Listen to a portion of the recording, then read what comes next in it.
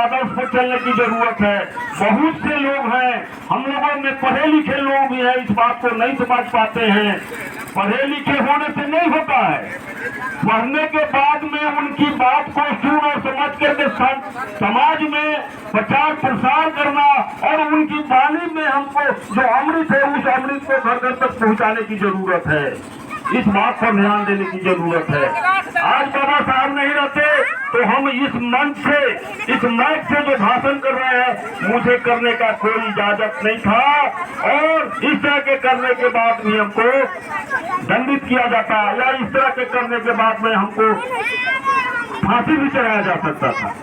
लेकिन आज बाबा साहेब ने जो संविधान के माध्यम से हमको अधिकार दिया, वह अधिकार के तहत हम लोगों को इस धरती पर जीने के लिए समान रूप से आजादी हो, इन्होंने अपनी संविधान के माध्यम से हम लोगों को अपने अक्षरों में इस तरह का अधिकार दिया। लेकिन आज भी इस आजाद भारत में इतना करने के बावजूद भी हम लोगों को जो गैर बराबरी है वो बराबर नहीं हो पाया है।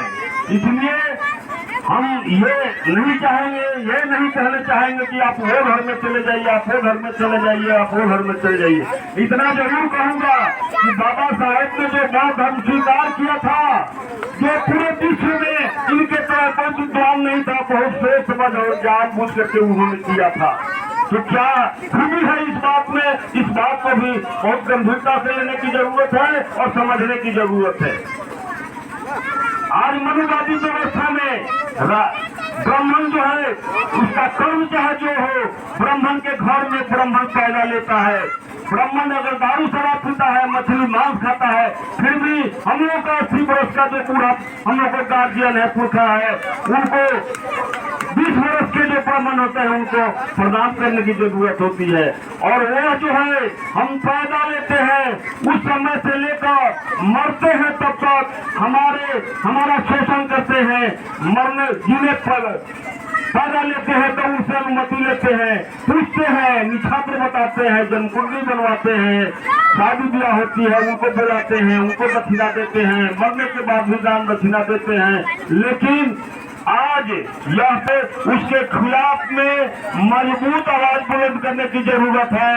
और मैं चाहूंगा, मैं भी अपनी बच्ची के शादी कराया हूँ तो कोई भी शर्त से कराया हूँ। मैंने बहुत पहले, आज से 8 वर्ष पहले, 7 वर्ष पहले हमने ब्राह्मणवादी के खिलाफ करके इसको बहिष्कार करके हम लोगों को बुला करके अपनी बच्ची के शादी कराए हैं। उसमें यह जो भय भ्रम हम लोग के बीच है, देवी देवता है, जो देवी देवता को अपने उनके पत्थर में प्राण डाल दिया जाता है तो हम लोग उनके भाव को, भावना को समझ करके उनके पीछे दौड़ते हैं। आज हमारे माँ बहने हैं, गांव गांव में शिव चर्चा करती है और भी बहुत सा बात है जो उनको सही मार्ग से भरमा करके उनको उसमें झुकाने का काम करती है। लेकिन इस बात को हम माँ बहनों से भी कहना चाहूंगा कि आज बाबा साहब के एक वाणी जो है उस वाणी पर हर बच्चों को अमल करने की जरूरत है। आप हम सब जानते हैं कि बाबा साहब ने हम लोग को मूल रूप से 3 मंत्र दिए थे। 3 मंत्र में एक मंत्र सबसे अहम है जो शिक्षित बनने के आह्वान किया था कि शिक्षित बनिए और आपस में किसी तरह का भेदभाव नहीं करके संगठित रहिए और संगठित रहने के बाद में अपने अधिकार के प्रति सजग होते हुए संघर्ष करने की जरूरत है। अगर कोई भी समुदाय हम लोग को जीने में बाधा पहुंचाएगा या हमारे मानव जीवन में किसी तरह के कोई रुकावट करेगा, तो जब हम संगठित रहेंगे तो इसको संघर्ष करेंगे और हम संघर्ष करेंगे तो मेरे सामने कोई टिकने वाला नहीं है। इस बातों पर भी ध्यान देना चाहिए।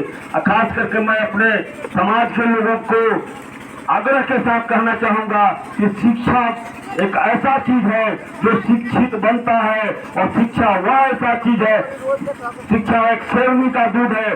जो शिक्षा शेरनी रूपी दूध को पीता है वो कहीं भी जाकर बहारता है, कहीं भी चीज के सामने अपनी बात रखता है और सीना चौड़ा करके चलता है। इसलिए मैं आग्रह करूंगा कि हर भाई आधा पेट खाइए।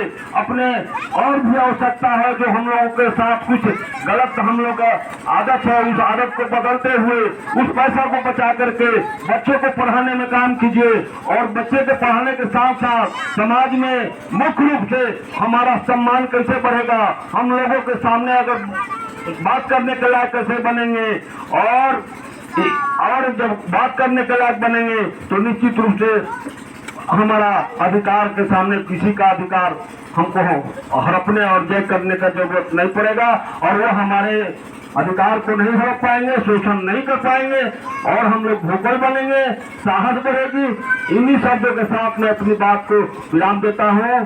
जय हिंद, जय बौद्ध।